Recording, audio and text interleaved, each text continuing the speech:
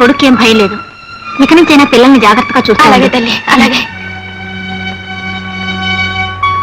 రాజన్ బాబు, సమయానికి నువ్వే దేవుళ్ళ రాకపోతే నా ఒక్కగానొక్క బిడ్డను పోగొట్టుకుని బ్రతుకంతా కడుపు కోతతో ఏడుస్తూ ఉండేదాన్ని. దాందే ఉందిలేమ్మా, బాబుకేం పర్వాలేదు కదా. రాజు, నువ్వు ఆ బాబుని కాపాడింది. ఇంత జ్వరంతో నూతులు దూకావా? ముందా తడి బట్టలు తీసాయి.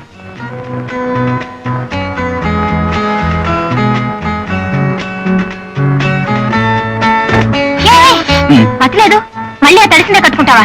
ఇదిగో, ఇది కట్టుకో.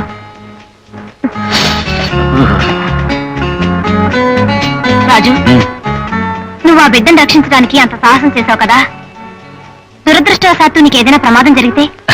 చూడు డాక్టరమ్మా, నేను ఒక అనాథను. నేను బతికితే ఆనందించేవాళ్ళు, చస్తే ఏడ్చేవాళ్ళు ఎవరు లేరు. కానీ ఆ పసివాడు బతకడం వల్ల ఆ తల్లి ఎంత ఆనందించింది. నిజమా కదా? మానవ సేవే మాధవ సేవ అనే పరమార్థంతో డాక్టర్ చదువులు చదువుతున్నారు ఎంతో మంది.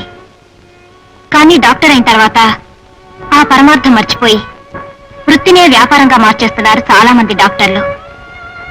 కానీ ఏ చదువును లేకుండా ఈ మనుషులకు సేవ చేయాలనే నీ తపన చూస్తుంటే నువ్వెంతో గొప్పవాడు అనిపిస్తుంది.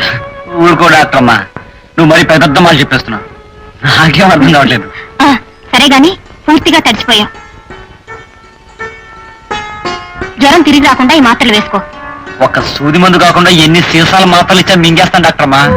సరే రాజు, చిన్నప్పుడు నన్ను ఎంతో అభిమానంగాను ప్రేమగాను రాణి రాణి అని పిలిచేవాడివి.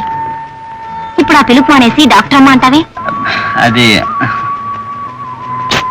సరే, నీకు రాణి అన్న పిలుపు కంటే డాక్టర్ అమ్మ అన్న పిలిపే నిజంగా బాగుంటే అలాగే పిలు. చిన్నప్పుడు చందమామ రావే, జాబిలి రావే అని పిలుస్తాం. అది వస్తుందని, మన చేతికి అందుతుందని అనుకుంటాం. ఇప్పుడు అది అర్థం లేని ఆశని మనకు తెలుసు కదా డాక్టరమ్మా. చాలా మాటలు నేర్చావే రాజు. నిజంగా మనసుండి ఇష్టం ఉంటే చందమామనే కాదు, ఇంద్రధనుసు కూడా అందుకోవచ్చు. కాదంటావా? నిజమే అనుకో డాక్టరమ్మా. అదిగో, మళ్ళీ డాక్టర్మా అంటున్నావు. నువ్వు అలా పిలిచే మాట అయితే ఇక్కడికి రావద్దు, నన్ను చూడొద్దు. అంత మాట అనుకో. 1,00,000 సూది మంది ఇచ్చా భరిస్తారేమో కానీ ఇక్కడ రావద్దు, నన్ను చూడొద్దంటే మాత్రం నా వల్ల కాదు డాక్టరమ్మా. అదిగో, మళ్ళీ డాక్టర్మా అంటున్నావు. నా వల్ల కాదు రాణి. ఎలా? నా వల్ల కాదు రాణి. వినిపించలేదు, మళ్ళీ అను. బాబు మెడ పట్టేసిందండి, తూరు తప్ప ఇంకేవైపు చూడలేకపోతున్నాను.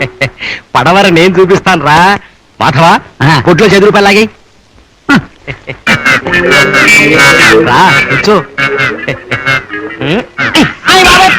తూర్పు కనపట్లేదండి మాధవా. వస్తున్నా, నేను అన్ని దిక్కులు చూపెడతాను. మా గురుగారికి అయితే ఒంటి చెయ్యి, నాకైతే 2 చేతులు ఉన్నాయి. ఎలా తిప్పుతారో చూడు.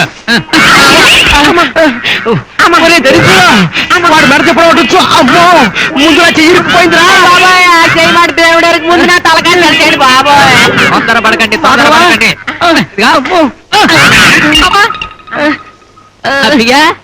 అసలు ఇంత భయంకరంగా నీ మెడ ఎలా పెరిగిపోయిందిరా? మా ఆవిడ కొట్టిందండి, అప్పటి నుండి ఎలా ఉండిపోయింది.